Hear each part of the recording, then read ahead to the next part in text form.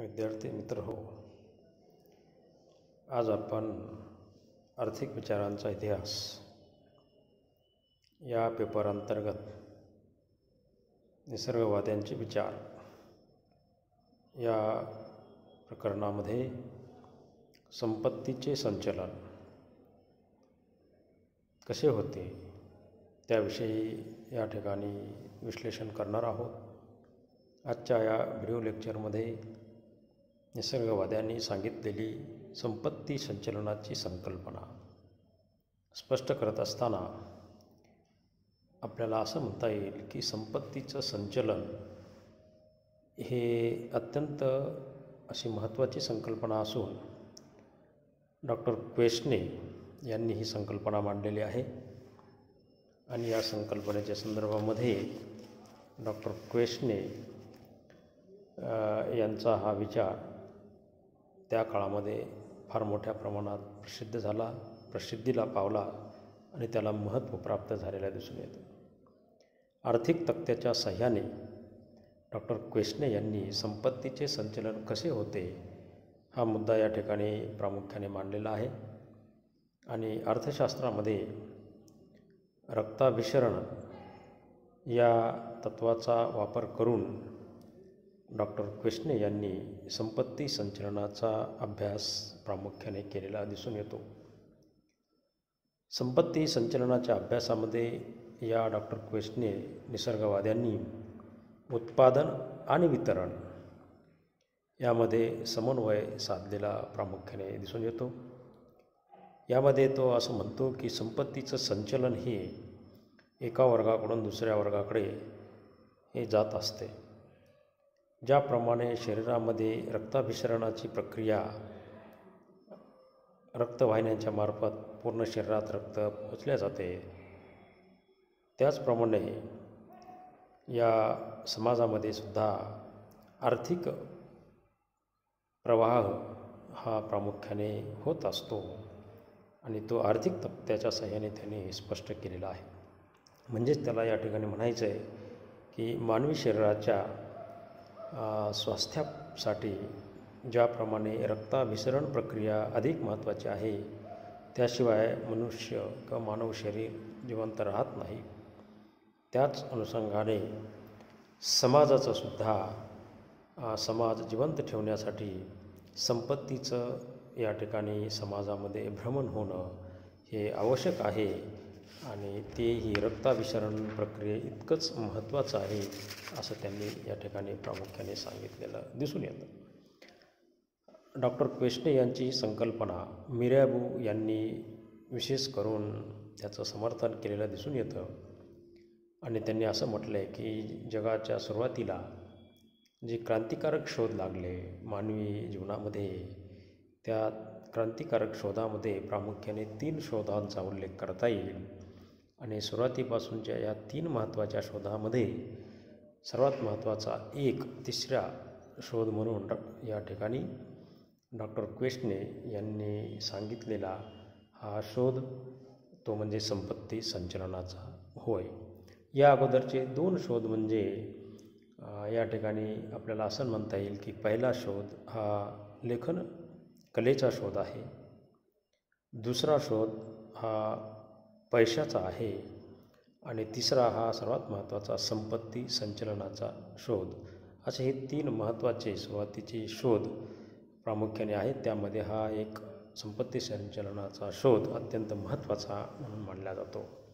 प्राध्यापक hectare Denis यांनी देखील मिरॅबो यांच्या विचारांचं समर्थन केलं आणि डॉक्टर क्वेश्ने यांची संपत्ती संचलनाची संकल्पना अधिक महत्त्वाची आहे असं म्हटलेलं दिसून येतं.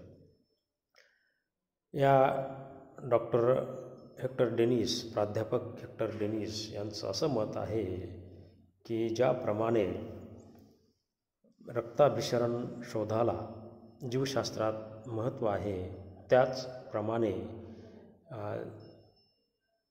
आर्थिक तक्त्याला हे अर्थशास्त्राच्या इतिहासामध्ये तेवढंच महत्त्व आहे. म्हणजे ज्याप्रमाणे जीवशास्त्रात आपण रक्ताभिसरण संकल्पना महत्त्वाची मानतो, त्याचप्रमाणे अर्थशास्त्रामध्ये संपत्ती संचलनाची संकल्पनासुद्धा तेवढ्याच प्रमाणात अधिक महत्त्वाची असलेली दिसून येते. आणि म्हणून निसर्गवाद्यांनी प्रामुख्याने डॉक्टर क्वेश्ने यांनी मांडलेली ही संकल्पना जगभर प्रसिद्ध झालेली आपणास दिसून येते. या संकल्पनेविषयी स्पष्टीकरण देत असताना डॉक्टर क्वेश्ने यांनी आर्थिक तक्त्याचा आधार घेतला आणि आर्थिक तक्त्याच्या आधारे या ठिकाणी त्यांनी असं म्हटलं की समाजाचं संपत्तीचं संचलन हे होत असतं आणि त्यासाठी समाजामध्ये संपत्तीच्या संचलनाच्या स्पष्टीकरणाकरता त्यांनी आर्थिक तक्ता मांडत असताना 3 वर्ग प्रामुख्याने या आर्थिक तक्त्याच्या आधारे मध्ये त्यांनी मांडले आणि या 3 वर्गाच्या साहाय्याने खऱ्या अर्थाने संपत्तीचं संचलन हे झालेलं आपणास समाजात दिसून येतं असं डॉक्टर क्वेश्ने यांनी प्रामुख्याने म्हटलेलं आहे. तर विद्यार्थी मित्र हो, आजची ही निसर्गवादी संकल्पना डॉक्टर क्वेश्ने यांनी जी मांडली ती म्हणजे संपत्ती संचलनाची संकल्पना असून या संपत्ती संचलनाचं स्पष्टीकरण देताना त्यांनी 3 वर्ग सांगितले आणि या 3 वर्गाच्या माध्यमातून संपत्तीचं संचलन पूर्ण समाजात होते आणि एकूण समाजाचं त्यामुळं या ठिकाणी चलनवलन चालू राहतं, समाज प्रगतीपथावर जातो, समाजाचं अस्तित्व प्रामुख्याने याच संचलनामुळं दिसून येतं असं त्यांनी प्रामुख्याने सांगितलेलं आहे. म्हणजे समाजाचं अस्तित्व आणि समाजाचं या ठिकाणी प्रगती घडून येण्याकरता संपत्ती संचलनाची प्रक्रिया योग्य रीतीनं होणं हे अधिक महत्त्वाचं आहे असं त्यांनी म्हटलेलं आहे. म्हणून या 3 वर्गामध्ये पहिला वर्ग त्यांनी सांगितला तो म्हणजे उत्पादक वर्ग, दुसरा सांगितला अनुत्पादक वर्ग आणि तिसरा सांगितला कारागीर वर्ग. आता पहिल्या वर्गामध्ये तो असं म्हणतो की उत्पादक वर्ग कुणाला म्हणायचं, तर उत्पादक वर्गामध्ये त्यांनी प्रामुख्याने शेतकऱ्याला महत्त्वाचं स्थान दिलं. शेतकरी आणि कोळी आणि खाण कामगार, शेतकरी, कोळी आणि खाण कामगार हे 3 घटक जे आहेत हे उत्पादक वर्गामध्ये मोडतात आणि हेच या ठिकाणी खऱ्या अर्थाने उत्पादक म्हणून ओळखले जातात, कारण हेच उत्पादन निर्माण करणारे आहेत असं डॉक्टर क्वेश्ने यांनी म्हटलं आणि म्हणून यांनाच तो उत्पादक वर्ग असं म्हणतो. दुसरा वर्ग त्यांनी सांगितला की जमीनदारांचा वर्ग. आता जमीनदारांचा वर्ग यामध्ये तो जमीन मालकांचा समावेश करतो. म्हणजे जमीन मालक जे आहेत ते जमीनदार वर्गामध्ये प्रामुख्याने मोडतात, पण हा वर्ग काही उत्पादक वर्ग असू शकत नाही. तो फक्त जमीन मालक म्हणूनच जमीनदार वर्ग प्रामुख्याने अस्तित्वात असतो असं त्यांनी म्हटलेलं आहे. त्यानंतरचा मुद्दा त्यांनी सांगितला अनुत्पादक वर्ग. आता तिसरा वर्ग म्हणजे अनुत्पादक वर्ग किंवा कारागीर, व्यापारी, उद्योगपती आणि नोकर या सगळ्यांना तो अनुत्पादक वर्ग म्हणतो. म्हणजे पहिला उत्पादक वर्ग, दुसरा जमीनदारांचा वर्ग, तो सुद्धा उत्पादक नाही, आणि तिसरा अनुत्पादक वर्ग यामध्ये जमीनदार सोडून व्यापारी, उद्योगपती, नोकर, कारागीर आणि इतर व्यावसायिक ह्या सर्वांना मिळून तो या ठिकाणी अनुत्पादक वर्ग या नावाने ओळखतो. त्याचं असं मत आहे की या 3 वर्गापैकी फक्त पहिला वर्ग जो आहे तोच उत्पादक आहे. दुसरे जमीनदाराचा वर्ग आणि तिसरा अनुत्पादक वर्ग हे दोन्ही वर्ग उत्पादक वर्गामध्ये मोडत नाहीत आणि म्हणून उघड या 2 वर्गांना तो अनुत्पादक वर्ग म्हणून समजतो.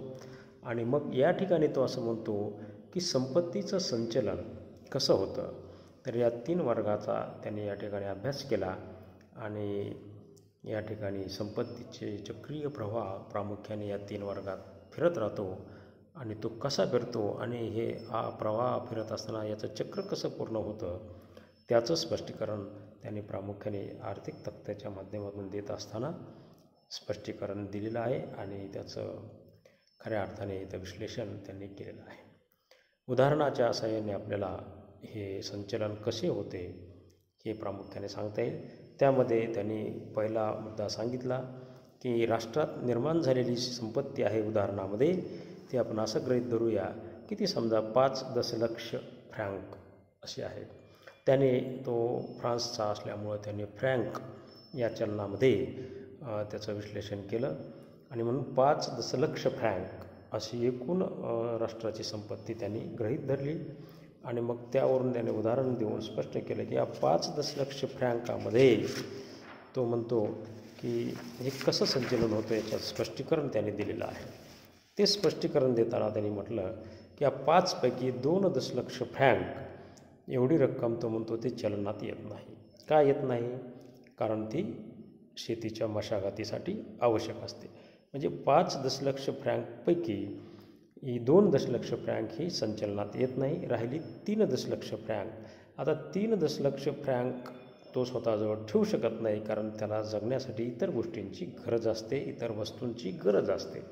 आणि म्हणून तो काय करतो की या ठिकाणी अवस्था सुरू होतात. त्यातली पहिली अवस्था अशी असते की या 3 दशलक्ष फ्रँकपैकी तो उत्पादक वर्ग स्वतःजवळ असलेल्या 3 दशलक्ष फ्रँकपैकी 2 दशलक्ष फ्रँक हे जमीनदाराला देतो, कारण त्याची जमीन त्यांनी कसलेली असते आणि म्हणून त्या जमीनदाराला खंड म्हणून, त्या जमिनीचा मोबदला म्हणून तो काय करतो या ठिकाणी 2 दशलक्ष फ्रँक खंड रूपाने तो त्या जमीनदाराला देतो. आणि स्वतःजवळ मात्र मग काय होतं, ही अवस्था इथं संपत असताना असं होतं की 2 दशलक्ष फ्रँक शेतकरी स्वतःजवळ ठेवून घेईल आणि 2 दशलक्ष फ्रँक जमीनदाराला देईल आणि 1 दशलक्ष अनुत्पादक वर्गाला देईल. या 5 पैकी 2 दशलक्ष स्वतःजवळ मशागतीसाठी ठेवील, त्यापैकी 2 दशलक्ष फ्रँक ही यांना देईल. तो कोणाला देईल? जमीनदार वर्गाला देईल आणि 1 दशलक्ष जी राहिली आहे ती अनुत्पादक वर्गाला देईल. मग आता या ठिकाणी काय झालं, 2 दशलक्ष जमीनदाराला, 1 दशलक्ष अनुत्पादक वर्गाला आणि 2 दशलक्ष ही स्वतःकडे शेतीच्या मशागतीसाठी. ही झाली पहिली अवस्था. दुसऱ्या अवस्थेत काय होतं की जमीनदारांना जी संपत्ती खंडरूपाने मिळालेली आहे 2 दशलक्ष, तर ही 2 दशलक्ष फ्रँक तो काही स्वतःजवळ ठेवणार नाही, कारण त्यालासुद्धा इतर वस्तूंची गरज असते. आणि मग तो काय करतो की त्या आपल्या वस्तू कारागिराकडून घेण्याकरता तो 2 दशलक्षपैकी 1 दशलक्ष तो कारागीर वर्गाला फ्रँक देऊन टाकतो. मग 2 पैकी 1 दशलक्ष फ्रँक कारागिराला गेला आणि 1 दशलक्ष जो राहिला तो काय करतो, अन्नधान्य खरेदी करण्याकरता शेतकरी वर्गाला अन्नधान्य खरेदीसाठी देऊन टाकतो. म्हणजेच या अवस्थेत काय होतं की शेवटी संचलनात असं येतं, या ठिकाणी संचलन असं होतं की जमीनदार वर्गाचे 2 दशलक्ष फ्रँक हे 1 अनुत्पादक वर्ग आणि 1 शेतकरी वर्ग पर्यायाने त्याच्याकडे 0 फ्रँक राहतात आणि अनुत्पादक वर्गाकडे 2 दशलक्ष होतात, कारण 1 दशलक्ष पहिलाच त्यांच्याकडे आलेला आहे शेतकऱ्याकडून आणि दुसरा जो आता जमीनदाराकडून आला, असे 2 दशलक्ष त्यांच्याकडे होतात आणि जमीनदाराचे 0 होतात. तिसरी अवस्था अशी आहे की तिसऱ्या अवस्थेमध्ये अनुत्पादक वर्ग स्वतःकडे काहीच निर्माण करीत नाही, कारण तो अनुत्पादकच आहे, त्यामुळे तो निर्माण काहीच करत नाही. आणि म्हणून मग त्याला काय करतो, तो ज्यांना मिळालेले जे 2 दशलक्ष फ्रँक आहेत तर त्याचं काय करतो तो, तर त्याला स्वतः काही निर्माण करत नसल्यामुळे त्याला अन्नधान्याची गरज आहे. म्हणून अन्नधान्यासाठी तो काय करतो, 1 दशलक्ष फ्रँक कोणाला देतो, तो या ठिकाणी अन्नधान्य खरेदीसाठी शेतकऱ्याला देतो. आणि दुसरा कच्चा माल खरेदी करण्यासाठी तो या ठिकाणी तो 1 दशलक्ष फ्रँक खर्च करतो. म्हणजे पर्यायाने तिसऱ्या अवस्थेत काय होतं, शेतकरी वर्गाकडे 3 दशलक्ष फ्रँक जमा होतात आणि 2 दशलक्ष अनुत्पादक वर्गाने दिलेले त्या 3 पैकी आणि 1 दशलक्ष फ्रँक हे जमीनदाराने दिलेले. म्हणजे जमीनदाराकडून 1 दशलक्ष परत येतो त्यांच्याकडे आणि आणि जमीनदाराकडून आलेला 1 आणि अनुत्पादक वर्गाचे 2 असे मिळून 3 दशलक्ष फ्रँक परत शेतकऱ्याकडे येतात आणि पहिले त्याचे मशागतीसाठी असलेले 2 दशलक्ष फ्रँक असे एकूण मिळून सुरुवातीला जेवढे 5 दशलक्ष होते तेवढी रक्कम तो स्वतःकडे त्याच्याकडे येते. म्हणजे जेथून ही रक्कम शेतकऱ्याकडून 5 दशलक्ष फ्रँक निर्माण झाली तिथेच ती परत आली, असा हा प्रक्रिया आहे. आणि हीच प्रक्रिया सातत्याने वर्षानुवर्षे चालू राहील असं डॉक्टर क्वेस्टने यांनी म्हटलेलं आहे. आणि मग अशा प्रकारे या ठिकाणी संपत्तीचं संचलन पूर्ण होतं, चक्र पूर्ण होतं.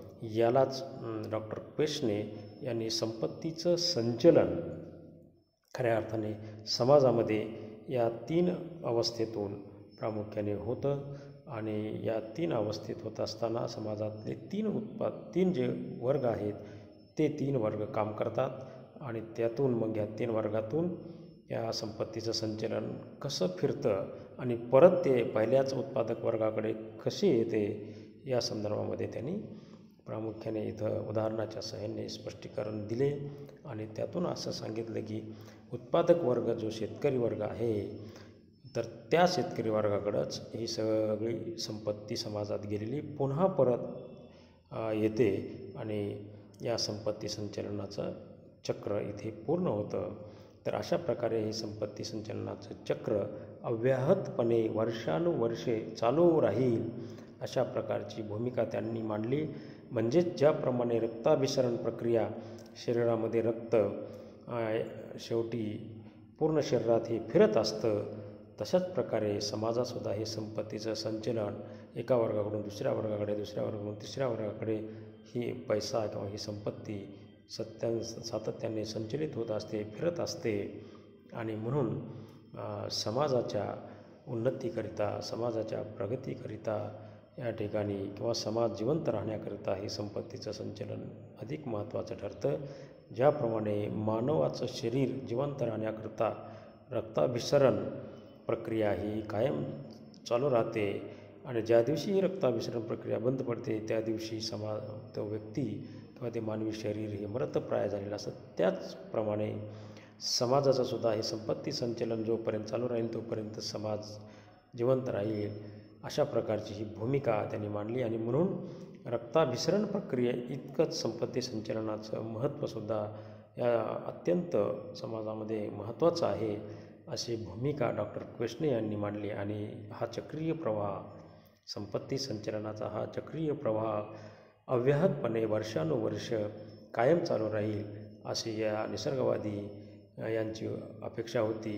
निसर्गवादी विचारवंत म्हणून डॉक्टर क्वेश्ने यांची अपेक्षा होती आणि ती त्यांनी या ठिकाणी या उदाहरणाच्या सहाय्याने आता मी सांगितल्याप्रमाणे स्पष्ट केलेली आहे. तर मित्रहो, मला वाटतं आज आपण या ठिकाणी निसर्गवाद्यांची संपत्ती संचलनाची ही संकल्पना डॉक्टर क्वेश्ने यांनी जी मांडली ती तुमच्यापुढे मी मांडली आहे, त्याचं विश्लेषण केलेलं आहे. मला वाटतं ही संकल्पना तुम्हाला समजली असेल आणि जरी शंका काही असतील तर ते कॉमेंट बॉक्समध्ये कॉमेंट करा. त्याचं निरसन, त्या शंकेचं स्पष्टीकरण, त्या शंकेचं निरसन मी पुढील व्हिडिओ लेक्चरमध्ये निश्चित करेल अशा प्रकारची ग्वाही देतो आणि या ठिकाणी थांबतो. धन्यवाद.